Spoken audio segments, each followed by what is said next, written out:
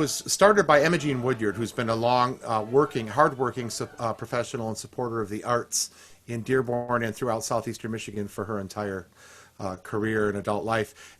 She approached the Dearborn Symphony. She's a board member of the Dearborn Symphony, and she approached me because I conduct several groups in the area and have done a lot of things for the city of Dearborn and for Henry Ford College after having grown up in Dearborn. So I've been doing a lot of Dearborn music for decades.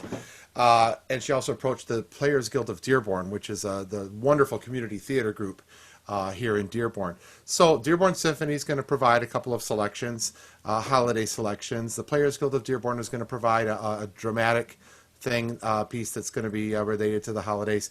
And Henry Ford College is providing 2 songs, one by our chorus, Masters in this hall, hear ye news today, like that.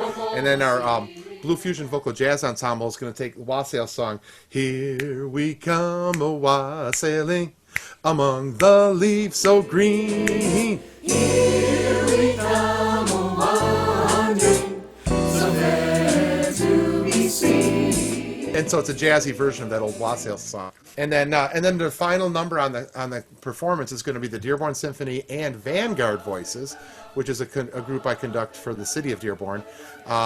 They're combining for the Hallelujah Chorus for the end of the concert. How did all of this come together? Where did it start? Whose idea was it? Give me a little bit on just how we're getting to this point.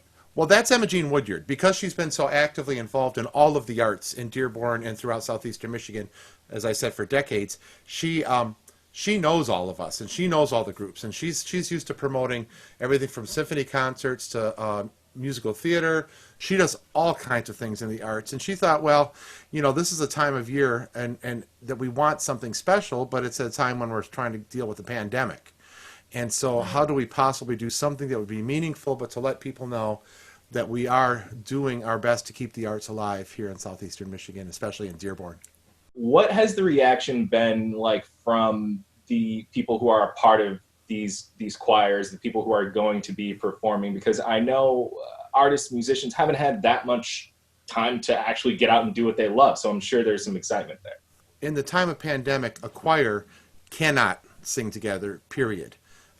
With masks, spreading out, airing out the room every 30 minutes, even those things, don't do it. And I'm not going to take the chance to endanger the choristers or the choirs that I direct. Once this is all put together and you guys are ready for the community to open this gift, where can they go? How can they get it? How can we experience this? Cable TV for Dearborn, City of Dearborn TV, CDTV, will be broadcasting it. But it'll also be viewable online at the various websites of the groups, but CDTV, Dearborn Symphony Orchestra, Players Guild of Dearborn, Dearborn Community Fund, Henry Ford College, and Vanguard Voices. All of those websites will have it. So if you remember any of those groups and want to go to their websites, you'll be able to check it out there. What do you hope viewers take away from the performances that they're going to see? And how do you hope they receive this holiday gift of music? I think they could take it a lot of different ways, to be honest. I think that those people who are not able to attend live music are going to at least enjoy the opportunity to hear some good music that was just performed and recorded recently by local people.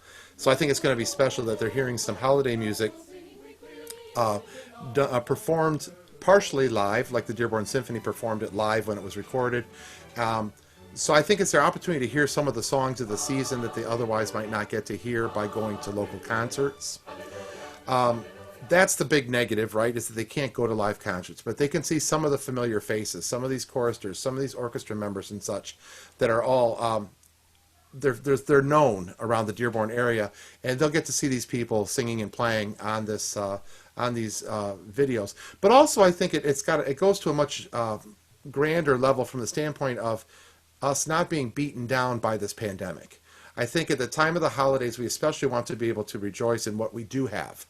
And while we don't have live performing choirs, we do have the technology, we do have the spirit and the heart and the go-get-emness to make these recordings and to listen to them and enjoy the sound of a choir singing together.